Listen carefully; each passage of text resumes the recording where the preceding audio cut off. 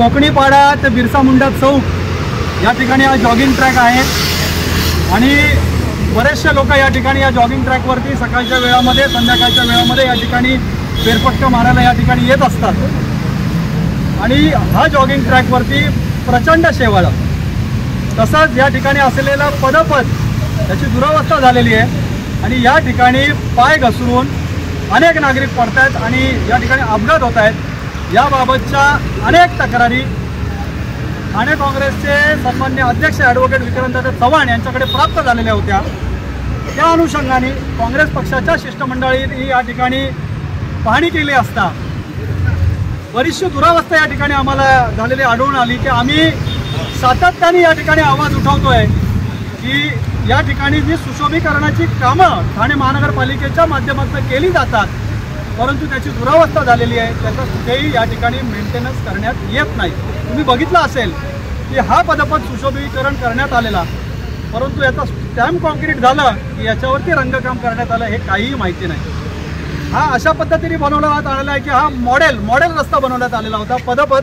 पदपथाला लागून त्या ठिकाणी सायकल ट्रॅक आणि सायकल ट्रॅक नंतर रस्ता, परंतु पदपथावरती तुम्ही चालू शकत नाही। प्रचंड शेवाळ त्या ठिकाणी आहे, प्रचंड झाडी या ठिकाणी वाढलेली आहेत, सरपटणारे प्राणी इकडच्या नागरिकांना फेरफटका मारत असताना त्या पदपथावरती आढळतात आणि त्या निसरड्या पदपथावरती बरीचशी लोक घसरून पडलेली आहेत। मग पदपथावरची लोक घसरून पडल्यानंतर येतात सायकल ट्रॅकवरती सुद्धा त्या ठिकाणी वाहनं त्या ठिकाणी घसरून पडत आहेत आणि तो पदपथ सुस्थितीत नसल्यामुळे लोक या सायकल ट्रॅकचा वापर करतात। तो सायकल ट्रॅक सुद्धा या ठिकाणी घसरडा झालेला आहे। मग सायकल ट्रॅक घसरडा झाल्यानंतर लोकांना अरुंद असलेला तो रस्ता आहे त्या रस्त्यावरती चालायला लागतं की भरधाव वाहनं त्या ठिकाणी त्या रस्त्यावरती आहेत, अपघाताचा धोका त्या ठिकाणी आहे आणि सातत्याने आम्ही महानगरपालिका प्रशासनाला सांगतोय की या ठिकाणी योग्य ती व्यवस्था केली पाहिजे, परंतु कुठल्याही प्रकारची व्यवस्था या ठिकाणी केली गेली नाही। त्यामुळे ठाणे काँग्रेस या ठिकाणी रस्त्यावरती उतरलेली आहे।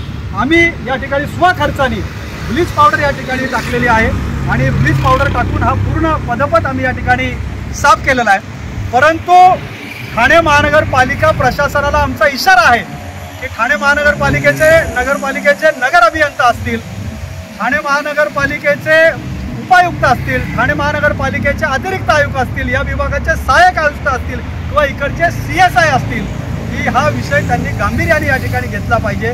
पुढच्या रविवारपर्यंतचा अवधी यांना ठाणे काँग्रेसच्या माध्यमातून देण्यात येतोय की सुस्थितीत आणि चालण्यायोग्य या ठिकाणी हा पदपथ असेल, सायकल ट्रॅक असेल, हा ठिकाणी झाला पाहिजे। अनावश्यक वाढलेली ती झाडी आहे त्या ठिकाणी काढून टाकली पाहिजे।